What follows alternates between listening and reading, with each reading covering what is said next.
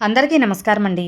మన వారాహి అమ్మకి నమస్కారం చేసుకుంటూ ఈ వీడియో ఆరంభిస్తున్నాను. ఇక ఈరోజుటి వీడియోలో మనకు అమ్మవారు అందిస్తున్న వాగ్దానం. బిడ్డ, చూడగానే నా చేతిలో ఉన్న అగ్నిజ్వాలను తాకు. నీకు ద్రోహం ఎవరైతే చేయాలి అనుకుంటున్నారో వారి ఆట నేను కట్టిస్తాను.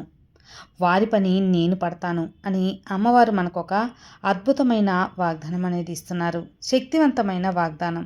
అమ్మ వాక్ వినబోయే ముందు మన ఛానల్ ఎవరైనా ఫస్ట్ టైం చూస్తున్నట్లయితే సబ్స్క్రైబ్ చేసుకోండి. మన వీడియోస్ నచ్చినట్లయితే లైక్ చేసి మరికొంతమంది భక్తులకు షేర్ చేయండి. వాక్ చూడబోయే ముందు మన వీడియోస్ కింద చాలా కామెంట్స్ వస్తూ ఉంటాయి. చాలా ప్రాబ్లమ్స్తో మేము సఫర్ అవుతున్నామా, కానీ ఏ ప్రాబ్లంనైనా 24 గంటల్లోనే పరిష్కారం చూపగల జ్యోతిషంలో గొప్ప అనుభవం ఉన్న శ్రీనివాసరాజు గురూజీ అమ్మవారి ఆశీస్సులతో జ్యోతిష్యం చెప్తారండి. ఎటువంటి సమస్య అయినా సరే మీరు ఫోన్ కాల్ ద్వారా గురువుగారిని సంప్రదించి మీ యొక్క సమస్యను, ప్రాబ్లంని ఆయనకి తెలిపారంటే ఖచ్చితంగా గురువుగారు మంచి పూజల ద్వారా, పరిహారాల ద్వారా మీ యొక్క ప్రాబ్లం అయితే ఖచ్చితంగా సాల్వ్ చేస్తారు. ఎటువంటి అనుమానం లేకుండా నమ్మకంగా మీరు స్క్రీన్ మీద కనిపిస్తున్న నంబర్కి కాల్ చేయండి. మీ సమస్యలను తొలగించుకోండి ఫ్రెండ్స్. నేను చెప్పించుకొని నా ప్రాబ్లం తీరి గురువుగారు బాగా చెబుతున్నారు అని నాకు నమ్మకం కుదిరిన తర్వాతే మీ వరకు తెలియజేస్తున్నాను. సో మీరు కూడా స్క్రీన్ మీద కనిపిస్తున్న నంబర్కి కాల్ చేయండి. 9666306444 ఈ నెంబర్కి కాల్ చేయండి. మీ ప్రాబ్లం అయితే ఖచ్చితంగా తొలగించుకోండి ఫ్రెండ్స్. శ్రీనివాసరాజు గురూజీ నెంబర్ 1 వశీకరణ స్పెషలిస్ట్ కాబట్టి స్త్రీ పురుషుల మధ్య వశీకరణ కూడా చేస్తారు. సో మీరు కాంటాక్ట్ అయ్యి మీ ప్రాబ్లం అయితే సాల్వ్ చేసుకోండి. తల్లి, ఈరోజు నా చేతిలో ఉన్న ఈ అగ్నిజ్వాలను తాకిన నీకు ఒక అద్భుతమైన సందేశం తీసుకొచ్చాను. ఈ అమ్మ ఆశీర్వాదంతో నీకు ద్రోహం ఎవరైతే చేయాలనుకుంటున్నారో వారి ఆట కట్టిస్తాను.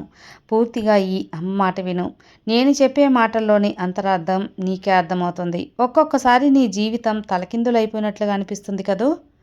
నీకు ఈరోజు నేను అందించే ఈ వాక్కును విన్నావంటే అసలు ఎవరు నీకు ద్రోహం చేసే వ్యక్తులు, నీ మంచి కోరే వ్యక్తులు ఎవరని నువ్వు తెలుసుకుంటావు. అసలు ఆ వ్యక్తులు మోసం అనేది ఎందుకు తలపెడుతున్నారు అనేది తెలుసుకుంటావు. నువ్వు కొంచెం బాధపడుతున్నావు, అయినప్పటికీ బాధపడాల్సిన అవసరం లేదమ్మా. జాగ్రత్తగా ఉంటావనే ఇన్ని వాక్కులు నీతో జాగ్రత్తగా నీకు అన్నీ కూడా అవగాహన చేస్తున్నాను. కాబట్టే ఇక నిర్లక్ష్యం అయితే చేయవద్దు. నిర్లక్ష్యం చేస్తే నష్టం నీకే బిడ్డ. ఏముందిలే అని చెప్పి తొట్టిపారేయవద్దు. ఈ యొక్క అమ్మ జ్వాలను నువ్వు తాకిన నీ కొన్ని రహస్యాలు దాచి ఉంచాను. నిన్ను అశ్రద్ధ చేయకుండా వినమంటున్నాను. ఈ రోజున పూర్తిగా వింటే నీకే ఏం చేయాలి, ఎలా ఉండాలని అర్థమవుతుంది. కేవలం ఈరోజు ఈ వారాహి వాక్కు నీకోసం, నా బిడ్డైన నీకోసమే తీసుకొచ్చాను. రహస్యమైనటువంటి సందేశం కాబట్టి చివరి వరకు విను. చూడమ్మా, నీ కొంచెం కంగారు, అలాగే కాస్త భయం కూడా ఉంది కదా. అయితే అవన్నీ నీకు నీ మనసుల మీదే ఉంటాయి. అసలు నిన్ను ఎవరో ఏదో చేస్తున్నట్టు, ఏదో చెడు తలపెడుతున్నట్టు నీకు అనిపించి భయంగా ఉంది. ఎవరికి కూడా ఎలాంటి చెడు తలపెట్టని నీకు ఎవరు చెడు తలపెడతారు అని మాత్రం ఆలోచిస్తున్నావు కదా. ఉంటారు బిడ్డ, అందరూ నీలాగా ఉంటారు అని మాత్రం అనుకోకు. కొంతమంది నీకు నష్టం కలిగించేదానికి, నిన్ను గాయపరిచేదానికి, నిన్ను నొప్పించాలని ఎదురు చూస్తూ ఉన్నారు. నువ్వు మాత్రం ఎవరిని నొప్పించవు.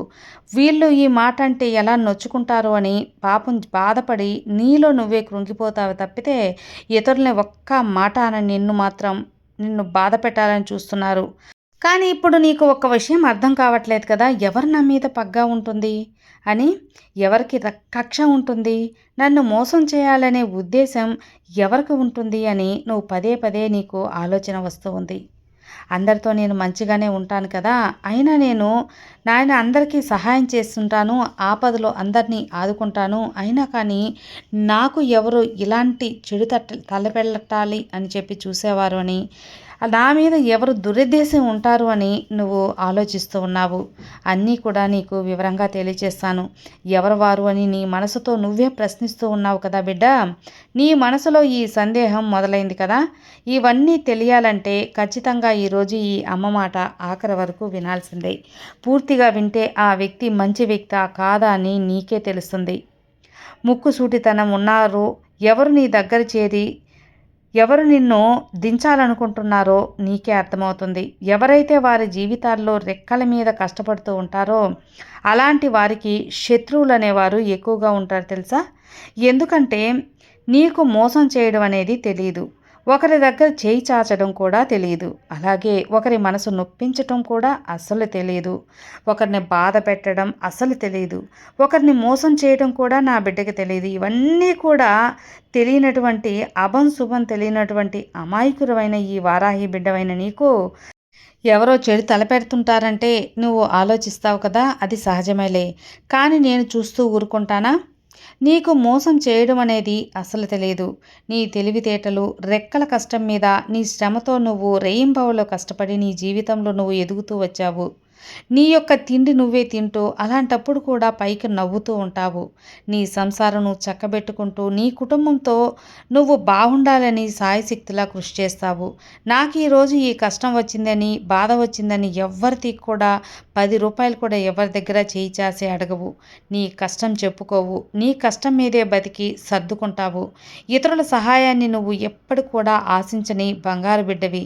అలాంటప్పుడు ఏమవుతుందంటే కొందరిలో ఒకలాంటి నీ మీద ఈర్ష్య మొదలవుతుందమ్మా.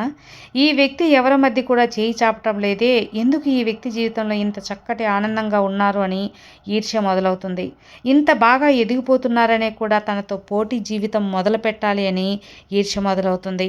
మా జీవితం చూసి అల్లకొల్లోలంగా ఉంది, వారి జీవితం బాగుందే అని ఈర్ష్య మొదలవుతుంది. ఎంత సంపాదిస్తున్నా తన సంతోషంగా ఉన్నారే, మేము మాత్రం ఎంత సంపాదించినా ప్రశాంతత లేదే అని నీ మీద ఈర్ష్య పుడుతుంది తల్లి. ఇలా నీ మీద పగతో కొంతమంది ఉంటారు. అంటే అది చిన్న చిన్న పగ, నీ ఎదుగుదల, నీ మంచితనం తట్టుకోలేక. ఆమె ఎంత సంతోషంగా ఉంటుంది, తన కుటుంబంతో ఎంత సమయం గడుపుతుంది, కానీ మా వల్ల ఎందుకు అవటం లేదనే ఒక చూడలేనితనం. సమాజంలో వారికి వచ్చినంత పేరు మాకెందుకు రావట్లేదనే ఒక కుళ్ళు కుతంత్రం. ఇలా ఎందుకు మేము చేయలేకపోతున్నామని వారు నీ మీద కొంచెం అసూయ అనేది పడతారు. నిన్ను మనశ్శాంతి లేకుండా చేయాలని అనుకుంటారు. నీ కుటుంబాన్ని చిన్నభిన్నం చేస్తే వారు సంతోషపడేలా ఆశిస్తారు. నిన్ను టార్గెట్ చేస్తూ ఉంటారు. నీ పనుల్లో ఆటంకాలు ఏర్పడాలని వారు కోరుకుంటారు. నీ ఎదుగుదల ఆపాలని ప్రయత్నిస్తూ ఉంటారు. ఇదంతా ఎవరు ఇలా ఉంటారు అని నీకు అడగాలనిపిస్తుంది కదా. నేను ఎవరిని కూడా ఏమీ అనలేదు. కానీ నాకు మాత్రం ఎందుకనే అనుమానం నీకు పదే పదే వస్తుంది. వెనుక ఒక కారణం ఉందని ఇప్పుడే తెలుసుకో. అసలు ఎవరనేది కూడా నీకు తప్పకుండా చెప్తాను. నీ వెనుక ఉన్న చీకటిని తొలగించి నీకు కళ్ళకు కట్టినట్టు నీ జీవితం అందంగా ఉండేలా చేస్తాను. నువ్వు నన్ను చూపించమని అడిగావు కదా.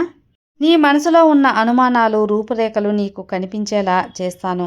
వారు నీతో ఎలా ప్రవర్తిస్తారో, వారు ఎవరో, ఏం చేయబోతున్నారో ప్రతి ఒక్కటి కూడా నీకు తెలియచేస్తానమ్మా.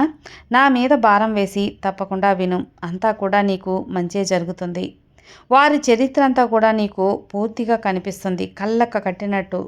నీతో ఉన్నారమ్మా, నీ చుట్టూనే తిరుగుతున్నారు, నీ ముందే తిరుగుతున్నారు. ప్రతి పనిలో నీ వెంటే ఉన్నారు. ప్రతిదీ కూడా నీ గురించి గమనిస్తూ ఉన్నారు.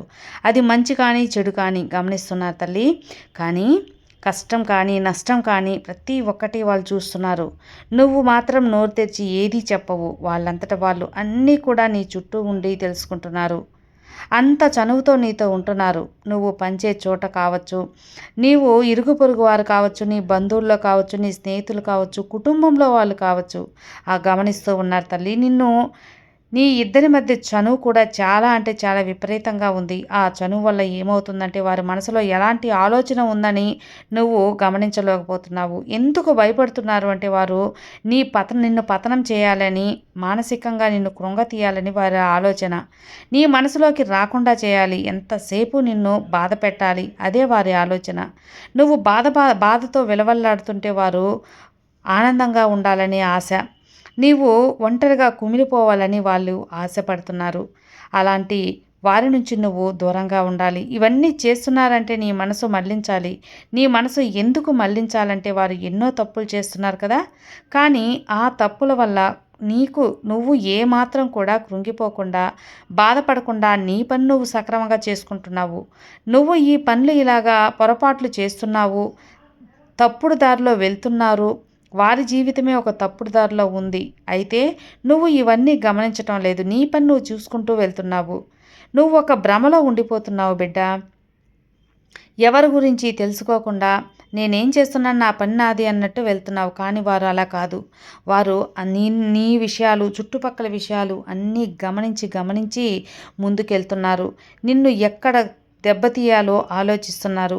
నీవు నీ అంతట నువ్వే ఏదైనా ఆపద వచ్చో, నష్టం వచ్చో, నీ మనసు బాధపడితే వారు లోపల సంతోషపడుతున్నారు. ఇదంతా కూడా వారికి లేనిది నీ దగ్గర ఉంది అని. అది డబ్బు కానీ, సంతోషం కానీ, ఆస్తి కానీ, పేరు కానీ, ప్రఖ్యాతులు కానీ, వాళ్ళు చేస్తున్న పొరపాట్లు నువ్వు చేయలేదని కానీ, ఏదైనా సరే. అందువల్ల నువ్వు జాగ్రత్తగా ఉండు. ఈ ఇతరులు వాళ్ళు నవ్వుల పాలు అవుతారు అని నువ్వు కూడా వాళ్ళ దారిలో అస్సలు వెళ్ళకు. నిన్ను చిన్న చూపు చూస్తారేమో అని సరైనటువంటి వ్యక్తి కాదని ఎప్పుడు నీకు అనిపిస్తుందో అప్పుడే దూరంగా వెళ్ళు. నేను సంతోషంగా ఉన్నప్పుడు, నా జీవితంలో నేను అనుకున్నది సాధించుకుంటూ వెళ్తున్నప్పుడు నువ్వు ప్రశాంతంగా ఉండాలి కదా. వారి కోసమో, వారి మాటల కోసమో ఎందుకు చెప్పు ప్రాకులాడటం. కాబట్టి వారి గురించి ఆలోచన అనేదే వద్దు. నీ పని నువ్వు చేసుకో, ఇదే మంచిది. ఈరోజు ప్రశాంతంగా ఉండగలుగుతున్నారా అని వారి మనసులో ఒక భయం అనేది ఆరంభమైంది. నీకు ఉన్నది వారికి లేదని ఆరాటం. నిన్ను బాధ పెడితే వారికి ప్రశాంతత అనేది వారు ఊహించుకుంటున్నారు.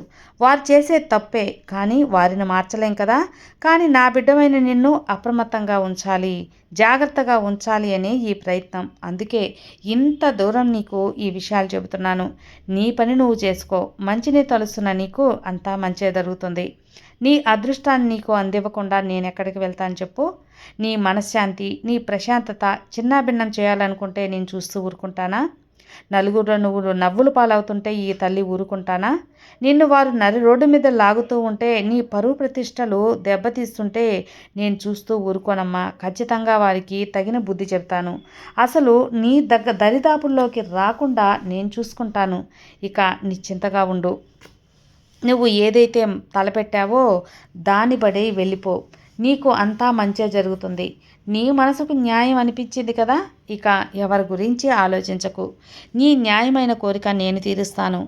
నా బిడ్డవైన నువ్వు ఈ తల్లికి ముందు అన్ని న్యాయమైన కోరికలే కోరుతావు. అంతేకాకుండా ఈ వారాహిని ఎవరైతే మొక్కుతారో వాళ్ళు న్యాయాన్ని, ధర్మాన్ని ఎప్పుడు కూడా ఆచరిస్తుంటారు.